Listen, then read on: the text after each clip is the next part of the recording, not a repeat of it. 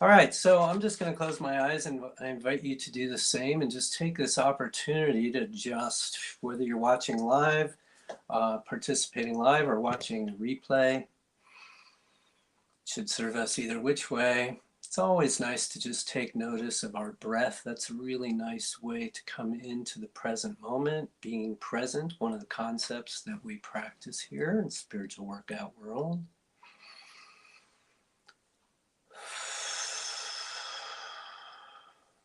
So again, just using the breath, the awareness of the breath as a means to become present, as a means to remember and realize, oh my goodness, I have a body. Mind and body are connected, another concept we work with here in spiritual workout world.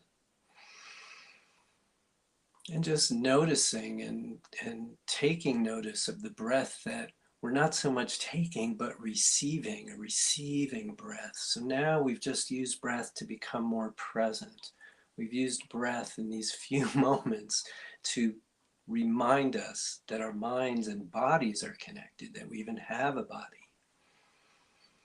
The minute I notice when I'm breathing and where I'm feeling the breath, I notice that I have a body. And then I have to wonder, or I might wonder, well, if I'm receiving that breath and I'm receiving breath as I live in order to live, where is that breath coming from? What is the source of that breath? So now I'm connected to something beyond myself. The breath didn't really, I don't think, come from inside me, though I certainly notice it. But where did it come from? So we all have different names for that energy: source energy, creator, God, spirit. It's actually connection to that part of us, the being part of the human beings we are, the part of us that exists outside of our physical bodies, that we are actually allowing to essentially take the driver's seat here in spiritual workout world. We are saying that as spiritual beings having human experiences, we know and appreciate and understand that there's far more going on than what's going on, that our issues and problems and challenges and frustrations are but a part of life as spiritual beings having human experiences. Those are the very human parts. And sometimes we get so caught up in the human pieces of our lives and lose sight of this other part. And here in spiritual workout world, we not only remember that there's this other part, but we choose and decide on purpose consciously to view what's going on through the lens of that other part of us, our higher self, our soul, spirit, whatever, again, words we have for that part of us that knows way more than what we know, that part of us that doesn't judge everything the way we're always judging things to be bad and awful and negative, that doesn't fear, that is eternal. These are aspects of ourselves that we know we have. We've read about them and connected to them. We've gone to any number of church, synagogue, mosques, religious environments in which we are connected to that idea. Spiritual disciplines connect to that idea. Many philosophical disciplines connect to that idea. And then we just lose sight of it. And so here in spiritual workout world, we are choosing on purpose to, again, not just bring that piece back in, but to live from this perspective more and more and more and more and more and more.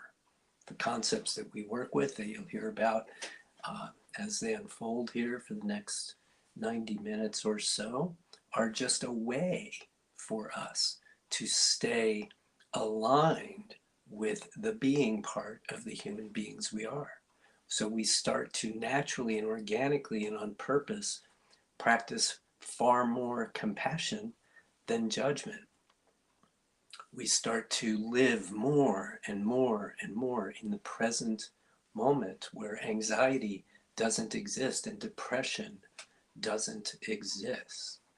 We remember that the law of attraction is always on, and that everything we think and everything we feel creates more of that. So we remember here to set shiny, clear intentions for what we want to experience, and then get about the business of thinking in those ways and feeling in those ways on purpose.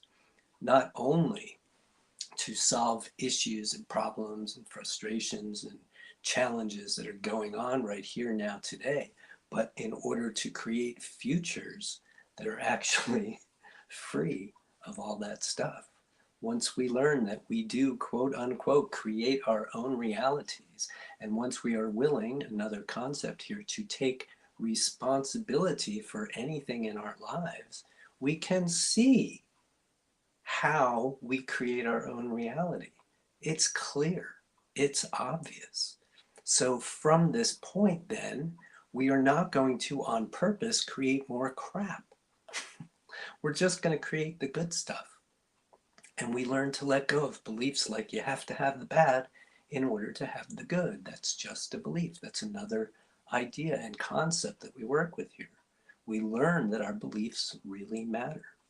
So you can see that I could just go on and on and on and on and find all kinds of examples for utilizing these 15 concepts that we work with, but I want to hear from you. So I'm going to take a nice deep breath and invite you to do the same.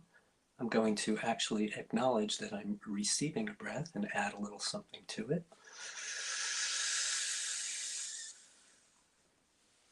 Hold it here for just a few moments. Exhale.